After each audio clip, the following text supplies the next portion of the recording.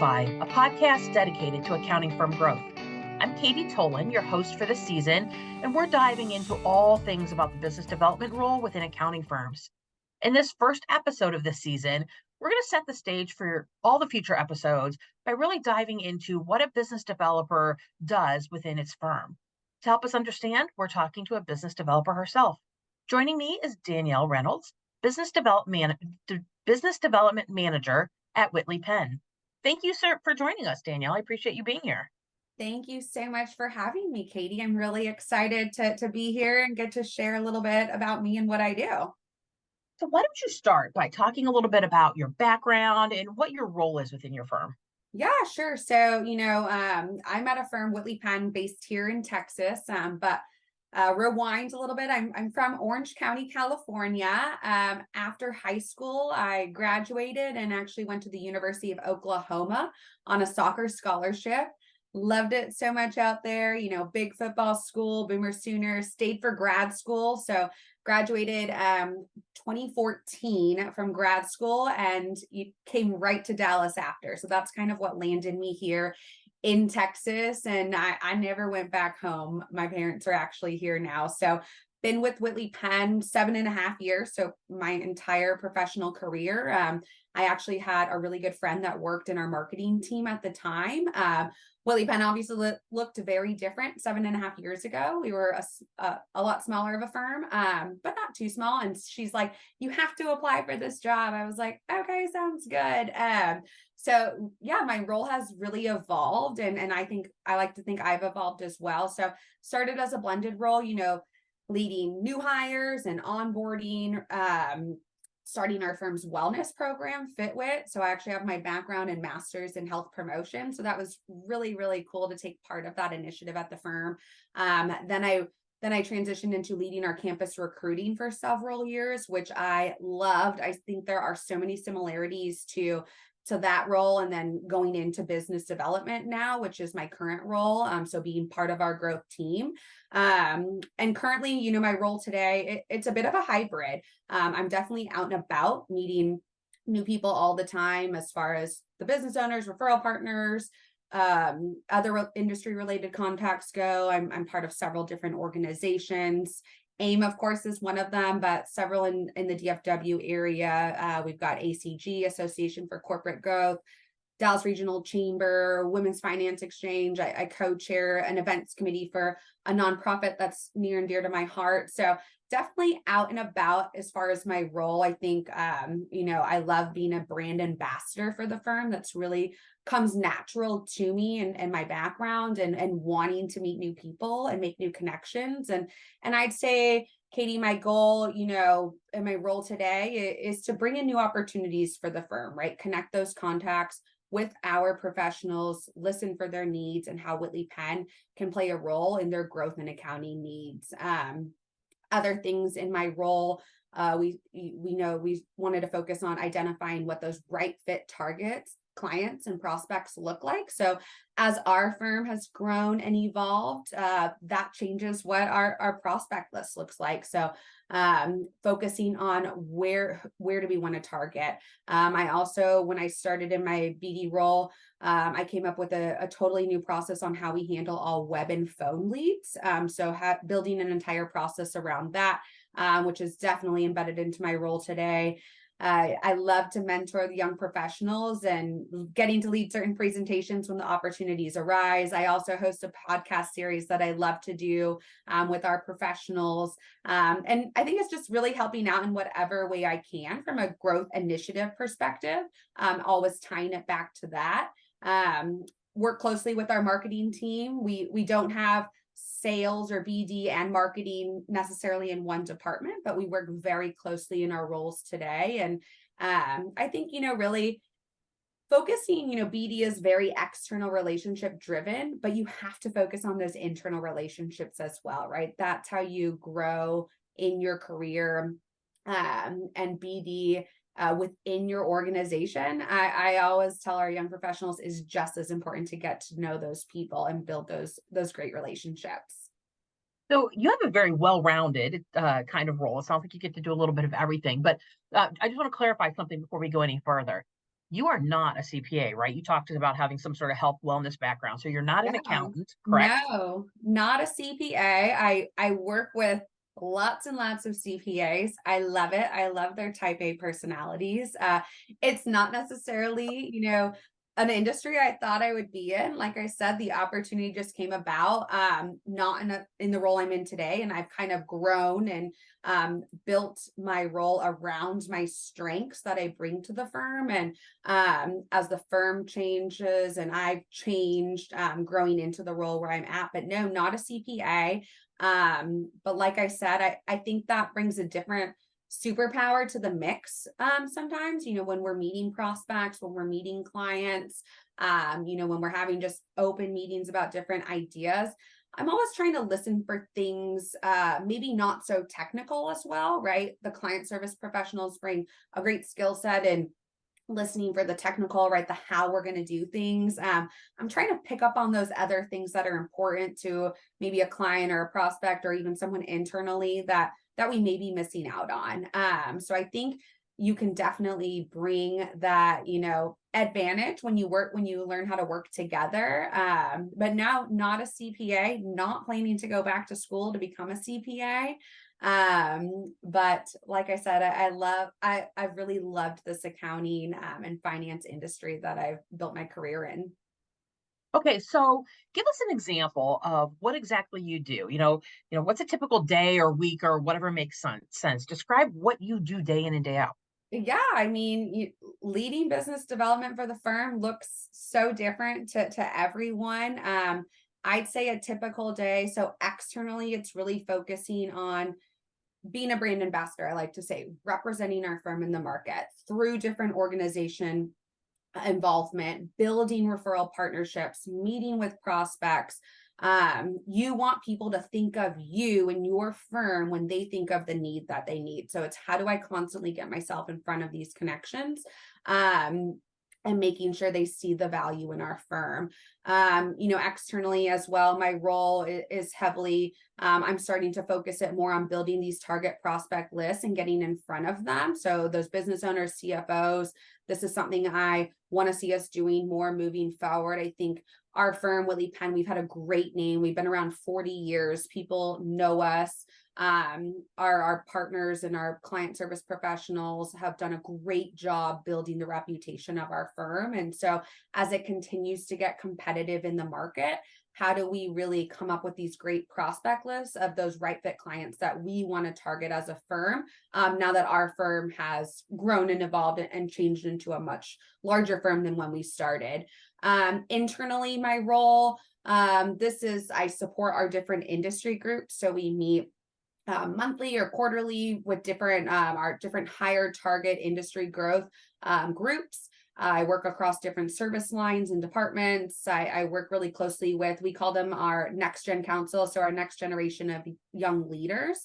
So those focusing on those skills needed for growth as they continue to grow in their careers, and focus on what BD looks like for them. So I'd say a typical day is really all over the place. It's lots of different prospect meetings. So a lot of different scoping calls for those initial connections to the firm.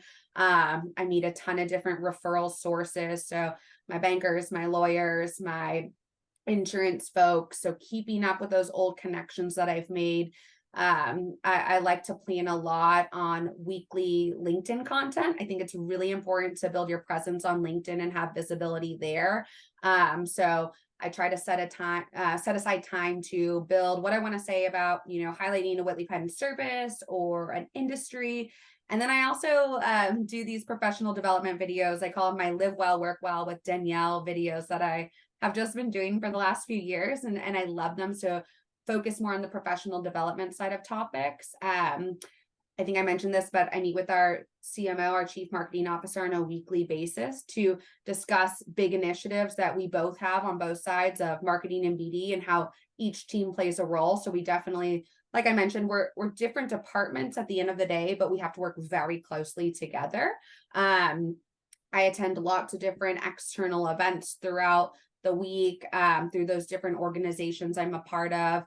Other big ticket items, Katie, they definitely vary by week. I like no 2 weeks are ever the same, just like no two BD professionals are the same, but it could be a specific outreach I'm doing for, we just, the Dallas Business Journal comes out with this fastest middle market companies list. Okay, how do I want to target them? So dedicating that time around to building a campaign and outreach to that could be a typical day or week. It could be a presentation I'm giving. I'm speaking on a young leaders panel next week for the Dallas Regional Chamber that I love to do. And then I also internally, I like to meet with the new managers of our firm on the client service side to hear about their growth goals, and how we can continue to build them up in their career, being in that new manager level. So, and getting them introduced to the firm and all of our service lines, and really reminding them about all we do, being a full service firm, and remembering you don't need to just sell the work that you do on a day-to-day basis, but go out and sell work that you don't have to do. So it's a lot of fun. I am never, ever bored. I think the hardest part is kind of coming up with those boundaries, right? And making sure you're always tying it back to those growth initiatives. And is this going to move the needle forward with what my focus and priorities are? Okay, so I got like two follow-ups as my mind was Yeah. going as you were talking. Do you have a specialty? Like, do you focus on a specific service line or a specific industry, or are you more of like a generalist, be it business developer in your geography? Yeah, right now I don't have a specialty. I don't focus on a specific industry or service line. I'd say, the 20 plus industries our firm serves. We're a full service firm, industry agnostic. We do it all. But we do have target industry, like higher growth areas for the year that we set. So could you say I focus on those? Sure, but not. I mean, that's really more like we're just dedicating more time to meeting as a group together and deciding different maybe outreach or events we want to do. But no, for the time being now, I think it's fun to, Dallas is such a wild market. I mean, all of Texas is, but the DFW market in particular, we have everything here. So, I mean, so really I get to kind of spread my wings and do a little bit of everything. I never say never. So later on that can transition as our team continues to grow. We might get more specialized, a certain industry, a certain service line, a certain market. But for now, it's really getting to focus on growth as a whole, and kind of lay more of the foundation. Okay, so then my second question is, of all the stuff that you do, because it was pretty holistic, I think. What actually ties back to what you get measured on? When you think about a performance appraisal, a goal setting, a compensation, whatever it is it all of that? Or are there certain things that have a bigger impact on Yeah, your personal comp? I'd say it's definitely a hybrid. It's all of it, right? I kind of set my own personal goals with our chief growth officer. For now, they're not necessarily like, make it or break it. But like how based off, I stepped into this business development role really only July of last year. It seems like I've been doing it forever. I think that's just because I've been with Whitley Penn for a long time, and we've had these discussions for a long time with me transitioning into more of this BD role. So really that first year looked, it was getting out there. It was trying to figure out these new processes. I love coming up with really efficient processes. And I thought, for my year one, that was really important to me, was to kind of just get everything very organized and focus that way. Now I'm very out and about. So I've tied my own kind of personal goals that I've worked with our chief growth officer on, and those could be goals different for, I call them organic leads, coming in from me. And they could be how many web and phone leads we transition from coming in to closing. There's different goals I set. So it's definitely a mix between all of those right now. I think it's continuing to evolve, but yeah, I kind of get to set my own goals with the overview from our CGO, making sure I'm on the right track with how the firm wants to view this role as well. And so as you transition into this role, because this is not what you were hired to do, you were Yeah. not a professional salesperson in another organization that, landed in an accounting firm. Has your firm provided you the support, the mentoring, the guidance, the consulting, whatever it needs to help you make this transition?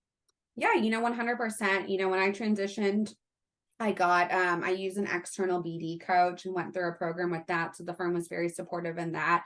I think some of it's on you too. Like you can't just wait around expecting them to hand you everything. Like, here's all your resources and here's all your support.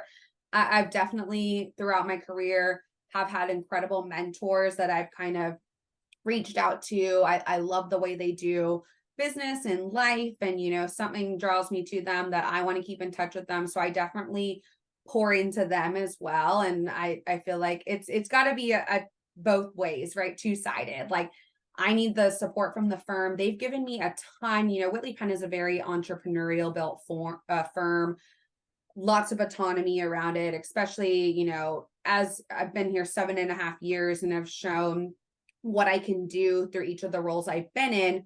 They've kind of give me a lot of autonomy in that sense, which I love, right? That's what I know. It's what I've known here at Whitley Penn. So I think that the greatest thing is if you have an idea, they're going to support it. And so you need to advocate for yourself. You need to tell them what you need to get to that. But they're going to really let you take it and run with it.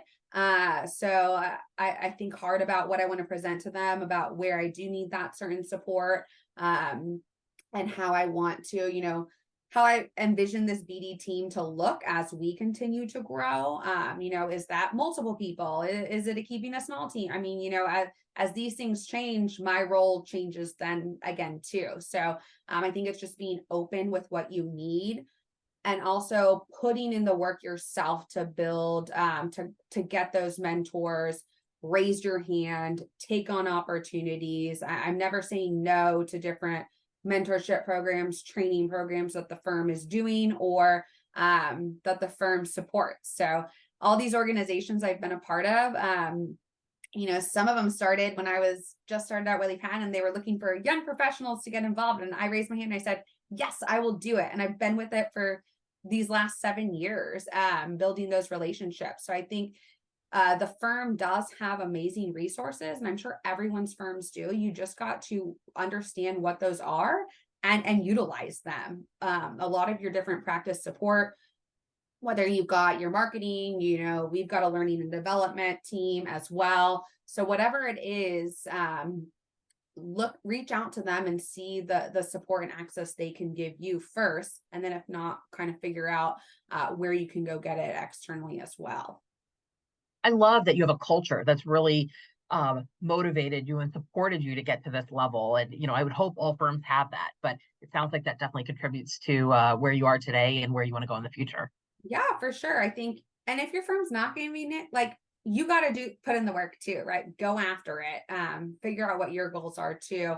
But I think definitely being in a place that supports it is very helpful as well. Okay, so with the accountant mindset, they want to know the bottom line. They want to know about the numbers. Yeah. So how much of your role is like 100% new business development? You talked about new business development. You also talked about web leads and following up on those to a close. So Yeah. kind of give me an idea of your time. How much is spent actually generating dollars that can be tracked back to you? Yeah, I go back to it being a true hybrid role. What's funny, Katie, is I'm going through this leadership training externally with the Dallas Regional Chamber. I've mentioned them before. And my predictive index is all in the middle. Like I don't gear too much one way or too much the other, like a true chameleon. And so when I got my results back, I was like, you know what? That's actually spot on to what I do, right? I am a true chameleon to what is needed. So seasons change within the firm, right? Being able to adapt is key. When we're going through busy season, things look a little bit different than when we're going through the summer. And, there's just different times of there's different goals that our firm has. I'm constantly asking, I know my goals that I can come up with, right? But I want to know, what are the firm's goals? What are the firm's main initiatives? And I can adapt to those. And I can constantly be learning and changing. I don't need to be doing the same thing day in and day out. And if it's worked really well, great. If we need to try something new, great too. So I really am a true chameleon in that sense. So I wouldn't say my role is 100% new business. It's definitely all of those different things. I love it. Like I said, I'm not bored, because I just have to really know how to prioritize and organize different what's important as well, because you can really get in the weeds on certain things and you don't want to lose track of those main goals. So I think it's a mix of my role, it's a mix of being out and about more in the market. I think as I'm getting more experience in my role too, it's definitely gearing more towards being out and about in the market, and really pouring into those relationships I built. But it's also dedicating that time internally. You mentioned the web and phone leads. I think that's really important. It's something I view as we're giving them the best first impression of Whitley Penn. We may not be the best fit for them, but I want to give them the best impression of Whitley Penn, whether we are a good fit with them and we want to continue the conversation, or I want to have a great referral source list where I can refer them out to a smaller accounting firm, or I want to help them out in however I can, because you do not know who knows who. You do not know where the opportunities can come from. So that's been really important to me. It's something, back in my campus recruiting days, I spent a lot of time into. I want to give people, I always say, Whitley Penn or any firm, it's not about it's about finding your perfect fit, right? Who is best for you and your needs. So I think that's really important. But yeah, so I know it's definitely not 100% all new business all the time. Would we all love that? I'm sure. But like anyone's role, you're going to need to do a little bit of things here and there. But I think it ultimately helps you with your main goals that you're focusing on. And I think what was interesting what you said is it's about finding the needs of the buyer. Like I think Yeah. so many people view business developer sales, that bad S word, as Mhm. that slimy used car salesman that I think we comes to mind, from movies and everything else as we hear that. And that's not what this is. And so, you talked about your referrals and knowing that and listening. So as you're listening Mhm. and you identify a need that Whitley Penn can solve, how do you pull in a partner? Do you pull in a partner? What might that look like? Can you kind of share when you uncover something what you do? Yeah, every partner is different. They all have their own style. They've all built incredible businesses. We've got 80 plus partners now at the firm. They all bring different skills and a different style to how they lead. That's why, going back, I think it's really important to spend time building those internal relationships. I think what really helped me in the beginning of being in this blended role, we were a smaller firm, so you wore a ton of hats, but I got to know all of our partners or senior, like every single person at the firm. I touched every new hire, leading onboarding. I was super plugged in. And so I think that really helped me learn the personality styles as I transitioned into this role, kind of already having those relationships built. But so I personally have a little playbook built, I with different scoping questions that I like to ask and learn about the business needs, general questions, basically in order to get valuable information from that prospect. That way, when I make the introduction to the partner or the book of business, they have a pretty good idea of the scope or the work needed. I usually work with our partners in charge of audit, tax, consulting. We break them down, and then also by industry and market to see, who wants to.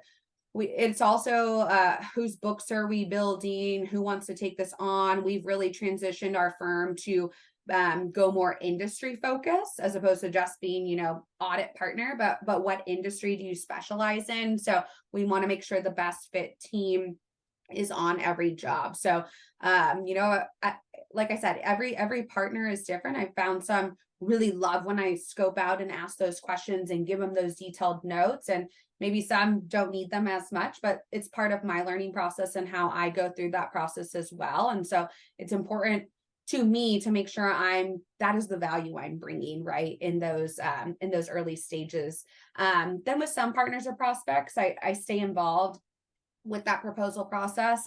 I touched on earlier the things I'm always trying to listen for those things that maybe a technical, accounting partner may not hear because they're more focused on the work, which that's a huge value in of itself. So I'm always trying to pick up on what is really important to them in this process. I always say accounting firms, we do the same work. I mean, you're choosing a firm because of the people that you're working with, the why. So how can we make ourselves stand out in that process? So do you like to stay in the mix on most of it whenever I can, whenever it makes most sense. I also have to evaluate my time too and see what I can really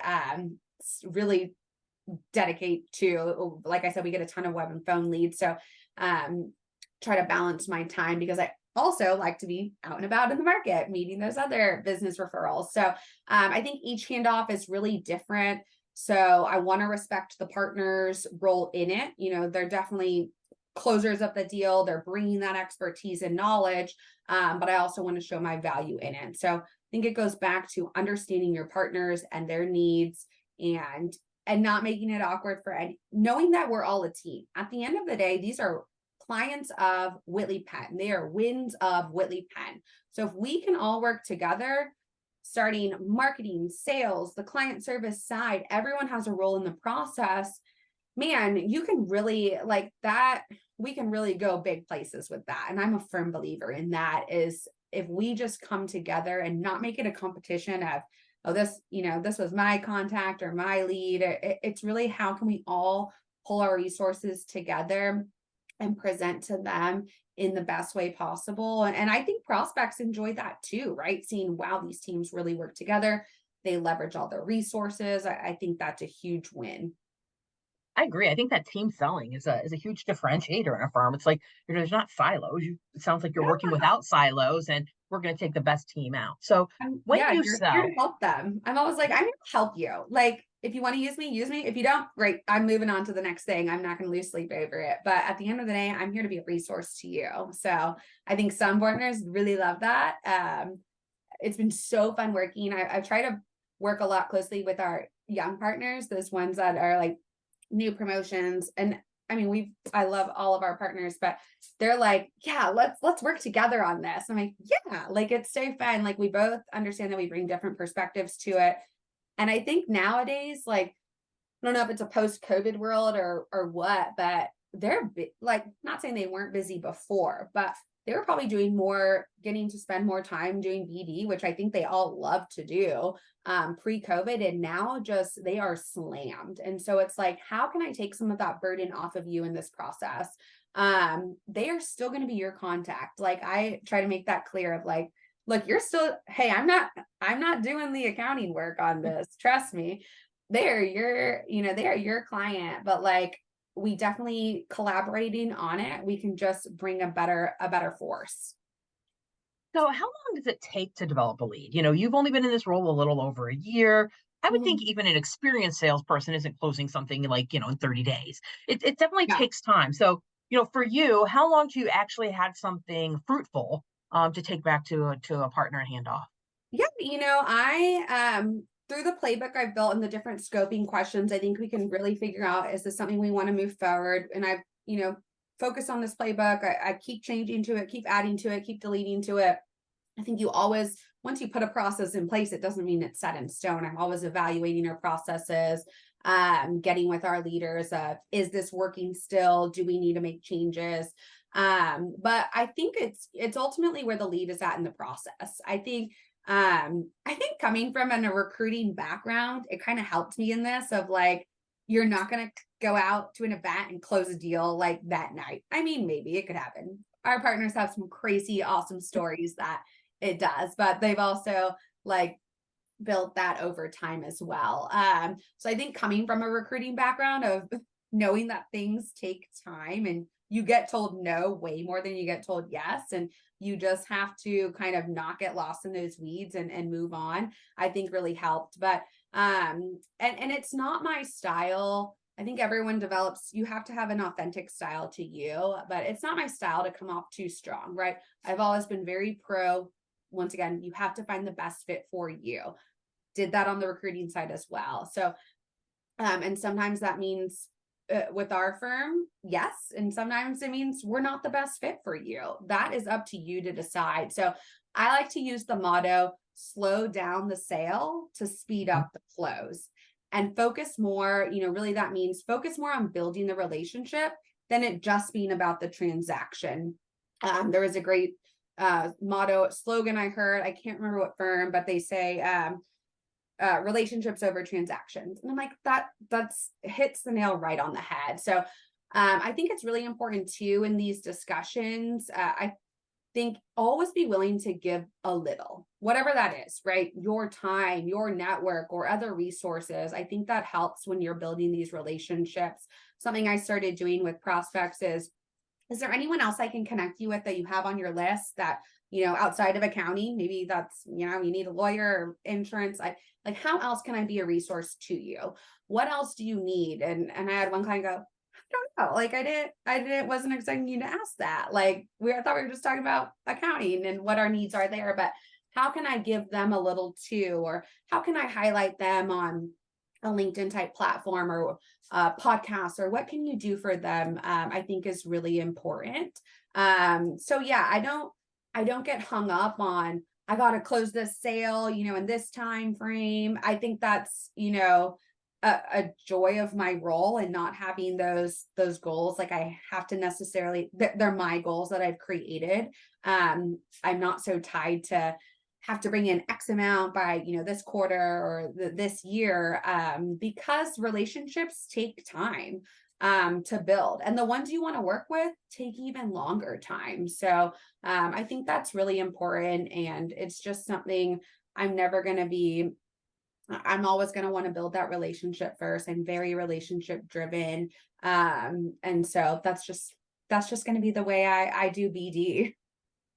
Well, and I think there's different ways. I know some Yeah. of your peers out there that do have very specific Yeah. um, sales goals within a very specific timeline, maybe within a certain service or an industry. I mean, these roles can look 100 different Yeah. ways, and I'm underestimating that. For sure. You're just kind of talking about yours. So, Yeah. do you have I know you said you set goals with your CGO. Do Mhm. you have a pipeline? Do you manage to it? Do you kind of know what's in it, and is it helping you drive those goals that you've set for yourself?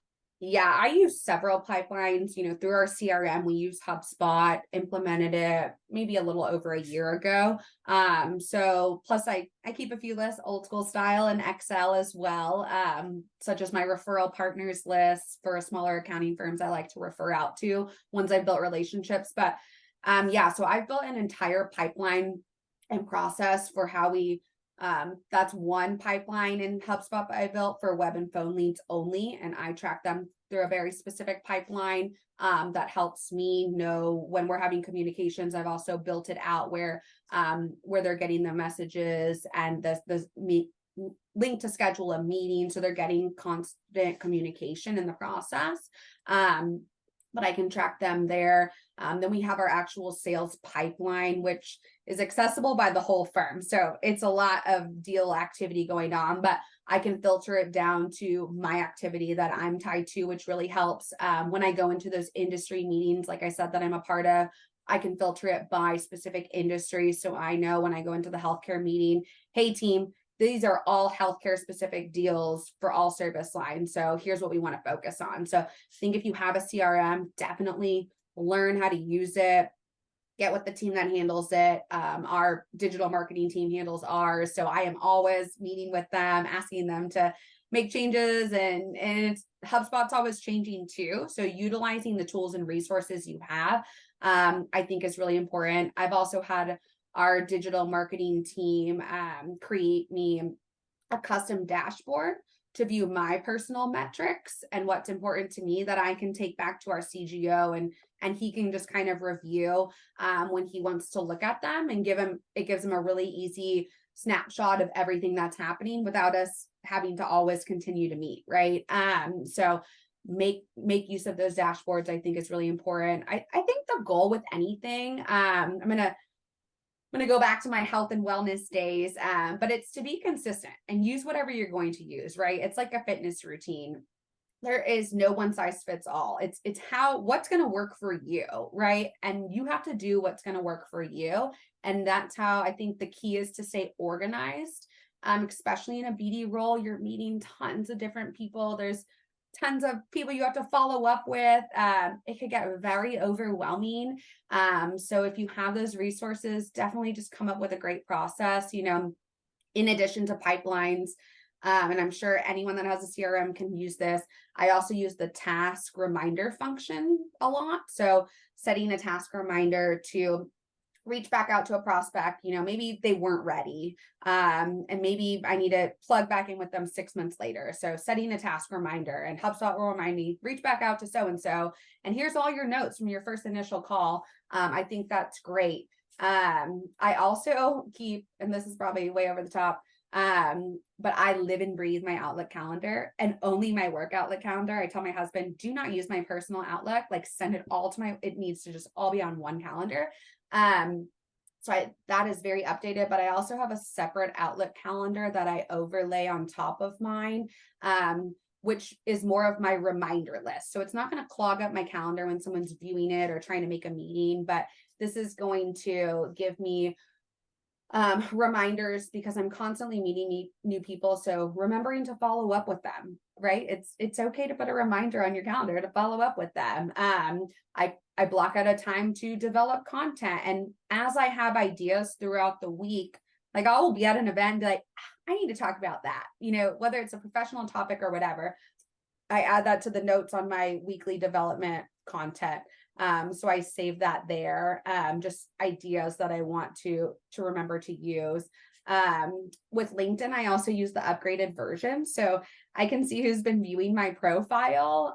So I dedicate time to reach out to those, right? If they look like a great contact, I want to send them a personal message, plus send messages to those I've recently been connected to. Because you never know where the opportunity, you never know who's going to view your profile. So it is cool to kind of see who's viewing it and just send them a little message. But yeah, so lots of different ways to stay caught up. And if you only have Excel is a great tool too. You can figure it out with those Excel Outlook tools that everyone has access to. I think the one interesting thing that you said was everybody has visibility to what you're doing. So you're putting stuff on the firm-wide pipeline. You're got your own dashboard that you look at. You take into meetings. Your boss can pull up and kind of see what you're looking at. So Yeah. it's not like Danielle's like hiding off in the background doing her own thing. It appears to me as if people in the firm actually see what you're doing and Yeah. seeing how you're contributing to the firm goals. Transparency to me and being direct is my number one thing. Like I'm never not going to do those two things. And yeah, like you said, and I think, CRMs give you they're such a great tool if your firm is utilizing them. Like how cool to see who's doing what, and oh my gosh, I have a connection here. So how can I, like, let me know how I can help get you plugged in, or you know what I mean? You've got to, with any tool, you have to use it. And dedicate time to it. So I remember in the early stages, it was just like dedicate 30 minutes a day to HubSpot. It's like when I tell young professionals on LinkedIn, put it on your calendar. I'm going to spend 30 minutes a day on LinkedIn just using it. And you consistently build those habits. And then it just becomes natural to keep doing it. So if there's one thing, think about your skill set. It sounds like you do a whole lot for your firm, and a BD role can look like anything.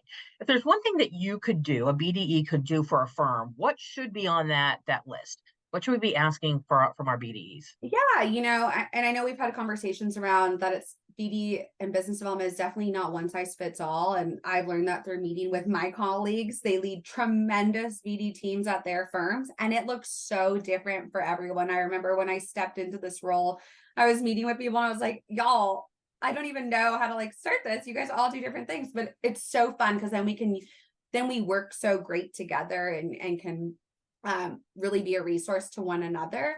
I feel like we've built a great BD community around that, just because we don't necessarily all do the same things. But, first and foremost, it's dependent on what your firm's vision and values are. And then I think you lean into that. So you've got to know the firm's strategic plan, how they want to grow. I go back to what I said about how I'm a chameleon. Like I just want to know how the firm wants to grow.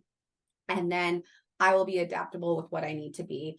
Obviously, business development is ultimately, it's a process, right? It's about identifying, planning, implementing strategies for company growth. At the end of the day, that's what I feel like my job is. Well, your firm can have different growth goals each year, right? You don't have to have the same goals year after year or quarter after quarter. So I think, with business development focuses mainly on sales, usually on the external side, right? New prospects and sales for the firm, not necessarily cross-selling internally with current clients. But But I think that is a big value they could bring. I know a bunch of BD folks that are only tied to internal goals, right? And cross selling, and they don't have to do anything externally. But that's what works really well with their firms, or it's getting their partners to present to different firms. I mean, you name it. They can help. I think, in this post COVID work world, also building up your young leaders and making sure and I think your BD person can be a great resource to you in this is getting them more involved with the young leaders and how they want to grow. And then also with clients and externally, right? Your best clients are the ones you already have, that you don't have to sell on the work you do or the people you are. So I think if any firm wants to utilize their BD professional in that sense, I think it's a huge advantage, because they can dedicate the time to it. But once again, you have to be upfront, right? Like, is this what my goals are tied to? Or else you're going to drive yourself crazy being a part of a million different things. So, and then, yeah, I don't know if there's any areas where BD shouldn't be involved necessarily. But I mean, I feel like this just happens naturally too. Especially if you've been somewhere long enough, you're going to get pulled in a lot of different directions. But knowing your boundaries, knowing your goals, I will say if you don't create your boundaries, someone else will. So just remembering what's important to you and being vocal about that. Not taking things too personally, I think is really important. I think something I've learned in BD and really anything. And like I said, I'm a student athlete, so I know how to kind of like compartmentalize those emotions. But I think that is a huge advantage too, is to just remember not to take things too personally, and all good things take time. And I love that. And I think the one thing that you said that probably is the most important of all that is leaning into the firm's vision and value, because all of it Yeah. really stems from that. So if there's a firm out there now who's listening that's like, wow, maybe I need a Danielle, or maybe I need another type of business developer. Do you have any Yeah. advice or tip for them as to, why they should do it, or how they would get started, or anything that could help? I mean, really, I feel like I'm a broken record, but I think you have to know your strategic plan. If you're going to bring someone in, know what you want them to work on. And if you don't know, I guess be upfront with that too. But it's really important as you're hiring new people, that are also learning your culture too, and trying to learn the relationships. Be upfront with those goals that you have for them. Is it a true hybrid? Is it a true external? Is it a true internal? Like we discussed, there's no one size fits all or best strategy. Even you have to do what's best for your firm and the people you are serving, both internally and externally. And that role, it's okay if it changes over time. I think, being willing, you have to be willing to adapt. But just remember that, sorry, going back to my recruiting days, I think it's better to like hire on those things like attitude, work ethic, ideas, and innovative thinking, right? Finding that person that could be best for that role, and then kind of also giving them space to feel part of the process, bring in their ideas, make changes, while keeping it in line with the firm is really important too, right? I think, what I've loved about Whitley Penn is they've allowed me to share those ideas, to be part of those conversations. It's not like, okay, Danielle, here go, do this, XYZ. It's, hey, Danielle, what do you think about this? And so I think it's being a true team. So I think it's just finding the best fit person for you. And then they're going to be able to, I don't know, go with the goals that you have, and also maybe create some new ones too that you never thought of. I love that, because business developers, I think we think hunters, and there are hunters out there 100%. There's the relationship, the cross-selling partners. And what I think is unique is, you said, hey, I'm a chameleon.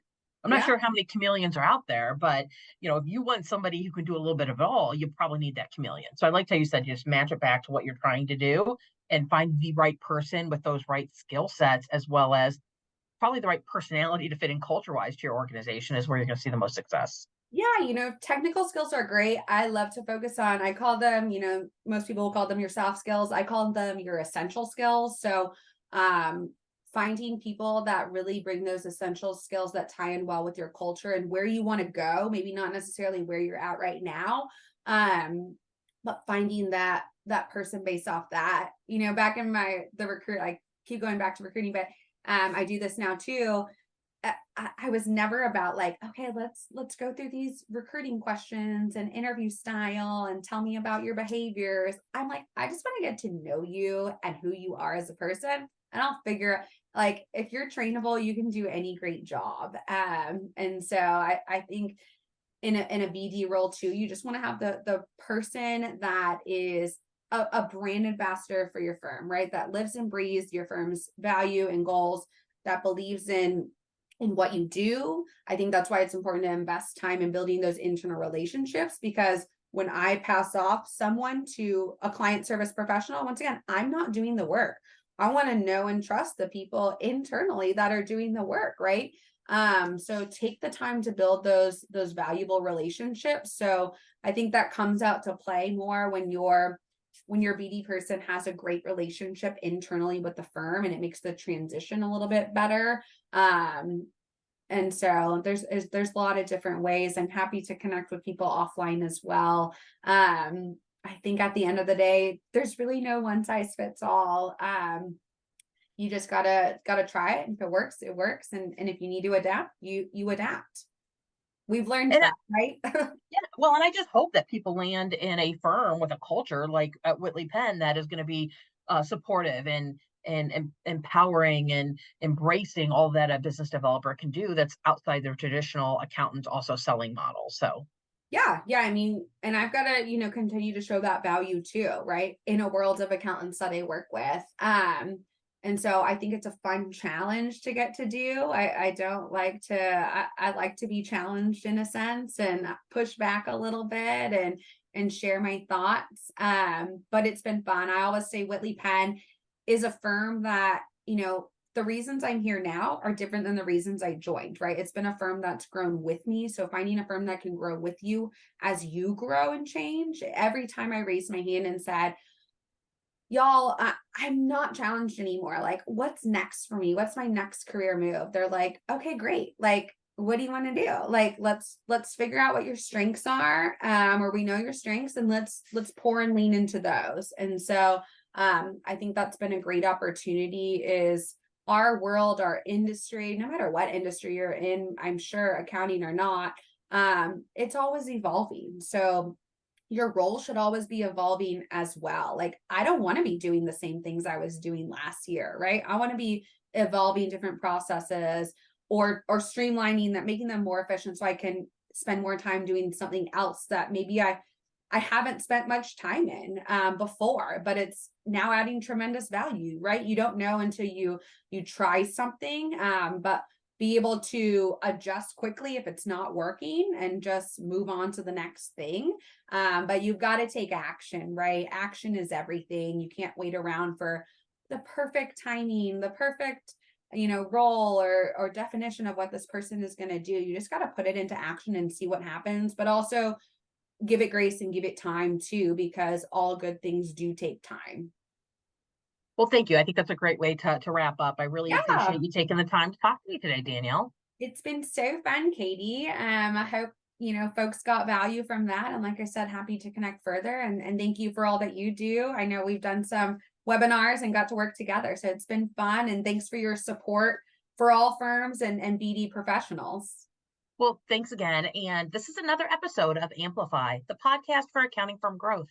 Thank you to everyone who listened in today. If you like what you heard, leave us a review on the podcast platform you're listening to us on now. And be sure to listen to all the other episodes in this business development season. You can learn more about Amplify and our past seasons on the Association for Accounting Marketing website at accountingmarketing.org. Look for podcast under the publication section. If you want to learn more about me, reach out on LinkedIn at Katie Tolan. That's Katie with an IE, Tolan, Tolin, or email me at katie@cpagrowthguides.com. Thanks again, and we look forward to having you join us on another episode again soon.